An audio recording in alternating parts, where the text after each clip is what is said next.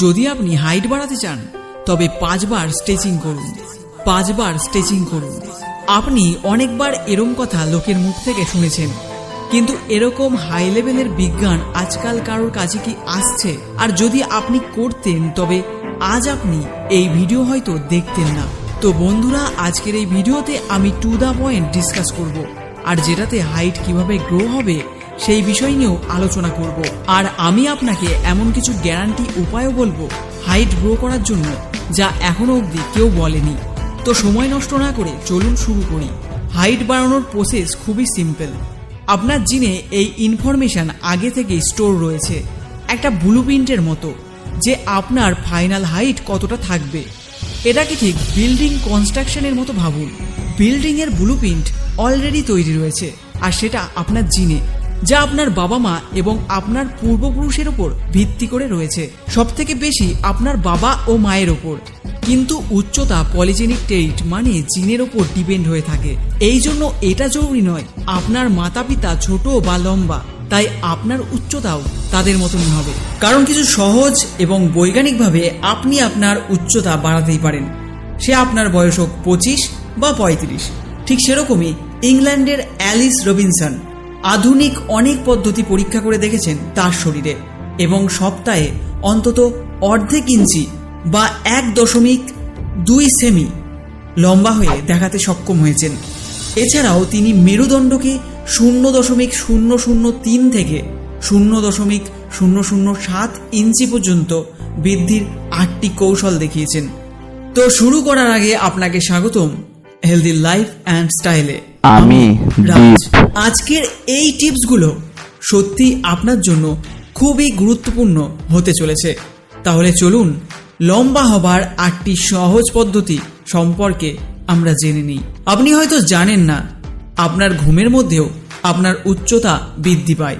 আপনি যখন চিত হয়ে ঘুমোবেন তখন আপনার 0.1 ইঞ্চি বা 5 মিলিমিটার উচ্চতা বৃদ্ধি পেয়ে থাকে। আপনার এই উচ্চতা বৃদ্ধিকে কিছু এক্সারসাইজের মাধ্যমেও দ্বিগুণ করতে পারবেন। যদি আপনি এই গোপন টিপসগুলো ফলো করেন তাহলে আপনার উচ্চতাকে অনায়াসে বাড়িয়ে নিতে পারবেন। হ্যাঁ বন্ধুরা, এটা একদম সত্যি এবং বৈজ্ঞানিকভাবে পরীক্ষিত। সাধারণত 25 বছর বয়স পর্যন্ত প্রাকৃতিকভাবে উচ্চতা বৃদ্ধি করা যায়, কিন্তু আজ আমি যে বিষয়গুলো বলবো এগুলো 35 বছরের মানুষ পর্যন্ত ফলো করে নিজের উচ্চতাকে বাড়িয়ে নিতে পারবে।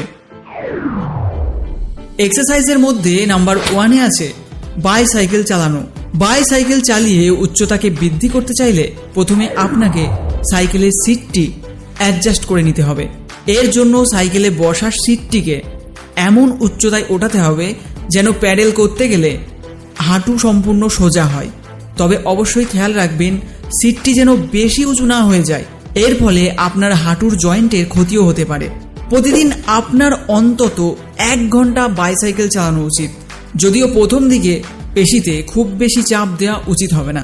এই প্রক্রিয়াকে ধীরে ধীরে করতে হবে। আপনি ধীরে ধীরে সময় এবং দূরত্ব বাড়াতে পারেন, আর এটি আপনার উচ্চতা বাড়াতে অনেক সাহায্য করবে। নাম্বার 2, বারে ঝুলে থাকা। এটা বেশ কার্যকরী একটা পদ্ধতি। আপনাকে ওঠা নামা করার দরকার নেই, যতক্ষণ সম্ভব ঝুলে থাকলেই হবে। তবে এখানেও ধীরে ধীরে সময় বাড়াতে হবে। এটা আপনার মেরুদণ্ড এবং বাহুর পেশি সম্প্রসারণে সহায়তা করবে। আপনার বাহুকে শক্তিশালী করতে প্রতিদিন 1 থেকে 2 মিনিট ঝুলে থাকাই যথেষ্ট। নাম্বার 3, কাঁধের ওপর দাঁড়ানো। এই পদ্ধতিতে কাঁধের ওপর ভর করে পাকে উপর করে রাখুন। দুটো হাতকে এভাবে ব্যবহার করবেন যাতে পা পড়ে না যায়, না হলে আপনার ঘাড়ে প্রচণ্ড ব্যথা পেতে পারেন। এই কাজে আপনি চাইলে অন্য কারোর সাহায্যও নিতে পারেন। নাম্বার 4, কোবরা অনুশীলন। এটা অনেকটা সাপের মতো মাথা উঁচু করা। এটা আপনার মেরুদণ্ডকে সোজা করবে এবং নিতম্বের গড়নকে সুন্দর করবে। এটা কিভাবে করবেন দেখে নিন।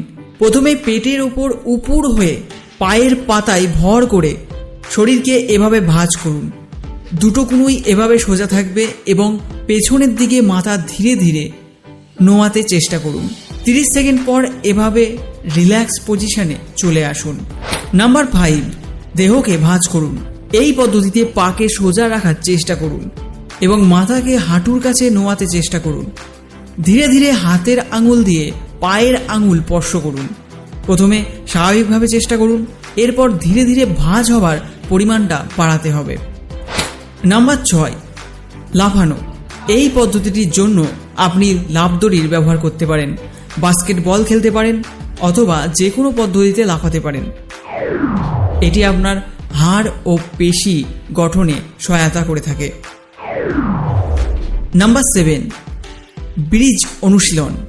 এই সিম্পল অনুশীলনটি আপনার মেরুদণ্ডের নিচের অংশ বৃদ্ধি করতে সহায়তা করবে।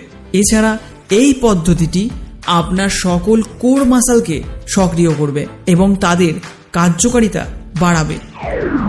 নাম্বার 8, সাঁতার কাটা। লম্বা হওয়ার অনুশীলনগুলোর ভেতরে সাঁতার কাটা অনেক বড় ভূমিকা রাখে। জলের নিচে ইন্টারভার্টেবল ডিস্কের সাথে হাড়ের চাপ কম থাকে, এর ফলে জয়েন্টগুলো অনেক সচল থাকতে পারে। সুতরাং সাঁতারের মাধ্যমে অনেক বেশি উচ্চতা বৃদ্ধির সম্ভাবনা থাকে। এছাড়া